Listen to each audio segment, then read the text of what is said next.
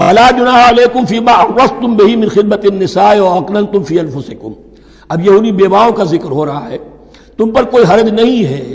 کہ جو تم اشارے میں کوئی بات اور پیغام دینا چاہو کسی بیوہ کو، اشارے کنائے میں، لیکن یہ کہ اس میں عدت کے دوران نکاح تو نہیں ہو سکتا، اشارے کنائے میں یہ کچھ بات کہی جا سکتی ہے کہ مجھے دلچسپی ہے، شاید میں کوئی بھی طریقہ اختیار کیا جائے۔ او اکننتم فی انفسکم، یا اپنے دلوں میں چھپائے رکھو، تو اللہ کو کوئی اعتراض نہیں۔ اس میں یہ کہ ظاہر بات ہے کہ ایک آدمی علم اللہ انکم ستذکرونہن،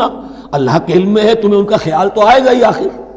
یہ عورت تھی، بیوہ ہو گئی ہے، اب میں اس سے شادی کر سکتا ہوں، آپ کو رغبت ہے اس کی طرف نکاح کی، تو اب کوئی آدمی سوچے میرے دل میں خیال آ رہا ہے بیوہ کے بارے میں، میں تو گناہ گار ہو گیا، میرا دل گناہ گار ہو گیا، نہیں، یہ قانون فطرت ہے۔ علم اللہ انکم ستذکرونہن، اللہ کے علم میں ہے ان کا خیال تو تمہیں آئے گا ہی۔ ولیکن لا تواعدوہن سرا، لیکن ایسا نہ کرو کہ ان سے معاہدہ کر لو خفیہ خفیہ، طے ہو جائے، بات پکی ہو جائے، سرا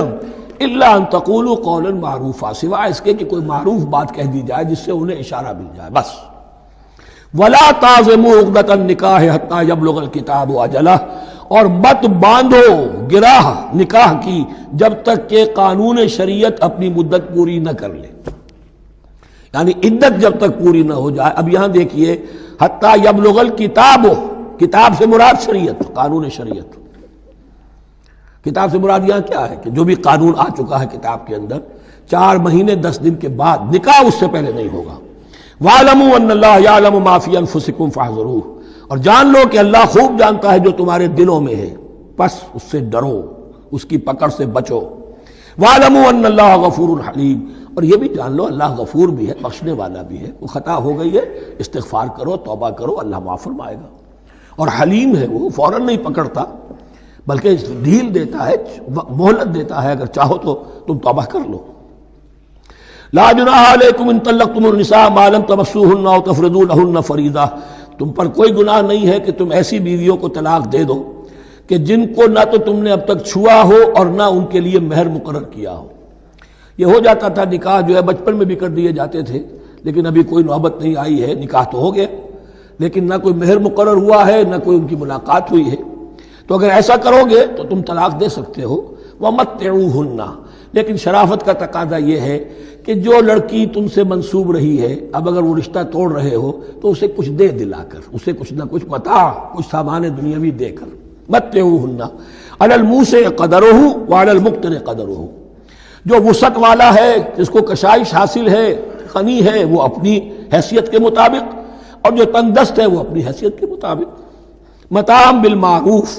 اور یہ ساز و سامان دینا جو ہے یہ بھی بھلے انداز میں ہو، ایسا نہ ہو جو خیرات دی جا رہی ہو۔ حقاً علی المحسنین، یہ حق ہے محسنین پر، یہ سمجھے کہ ہم پر اللہ تعالیٰ کی طرف سے عائد کردہ یہ ذمہ داری ہے۔ وَإِن طَلَّقْتُمُوهُنَّ مِن قَبْلِ أَن تَمَسُّوهُنَّ وَقَدْ فَرَضْتُمْ لَهُنَّ فَرِيضَةً، اور اگر دوسری شکل یہ ہے کہ تم نے طلاق دی ایسی بیوی کو کہ جس کو تم نے چھوا تو نہیں ہے لیکن مہر مقرر ہو چکا تھا، فَنِصْفُ مَا فَرَضْتُمْ، تو اب آدھا مہر جو ہے جو تم نے فرض کیا تھا، جو طے کیا تھا، اس کا آدھا تو تمہیں دینا ہی دینا ہے۔ الا یعفون، الا یہ کہ وہ معاف کر دیں، ہمیں آدھا بھی نہیں چاہیے،